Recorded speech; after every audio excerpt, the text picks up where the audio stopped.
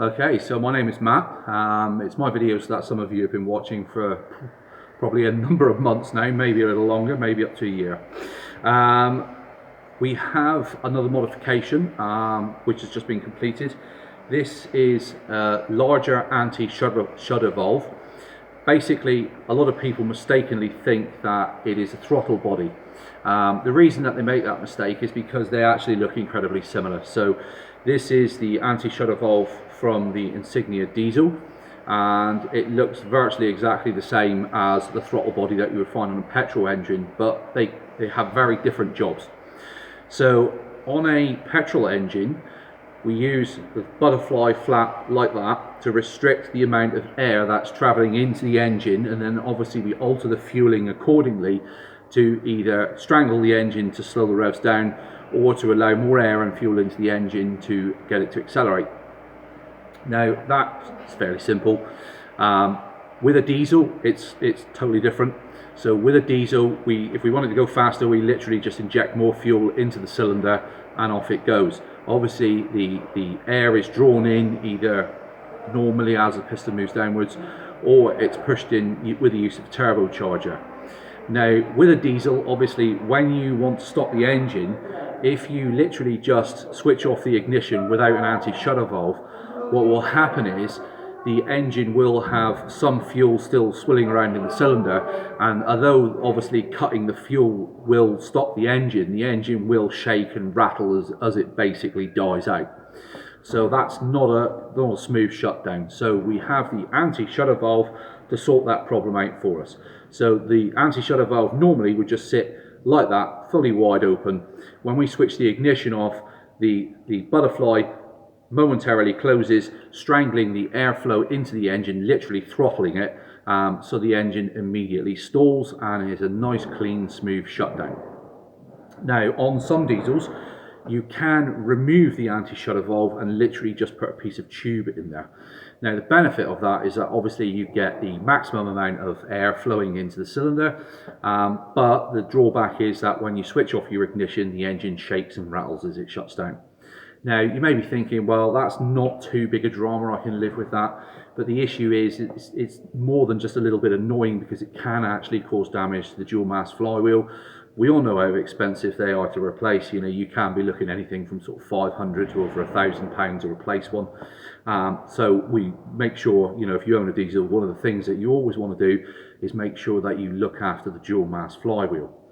Now, because the anti-shudder valve is going to strangle the engine and close it down, what the manufacturer does is they actually put a shoulder around the inside of the standard one, and they make the butterfly quite small. So that just means that it's a lot easier to strangle the engine when we want it to stop.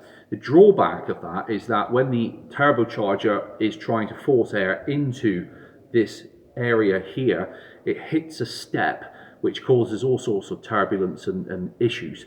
It can also mean that the VNT system in the turbocharger has to actually activate and force the turbine to move faster, and therefore force more boost into the anti-shudder valve area in order to overcome that step. So, you know, it's not everybody knows that what you don't want for airflow is to suddenly hit a brick wall, which with that step inside of the anti-shudder valve is exactly what you're doing. So what I've done with this is I've machined out the inside of this piece of the anti-shudder valve, taken out virtually all of the step. I've put a piece of 16mm tube into the anti-shudder valve. So now what you have is you have no step for that airflow to hit, so it gets a nice smooth shot straight into the inlet manifold. The other benefit of it is that the anti-shudder valve, its internal diameter is 47mm, whereas this here is 57mm. So, you know, you're talking about a good centimetre increase in the size of the throat where the air directly goes into the inlet manifold. Now, that's obviously a benefit. The more air that we can get into the manifold, the more air that we have available for those cylinders, which means lots of good things. It means the more air that you can get into the engine, the more fuel you can add and the more power you will have.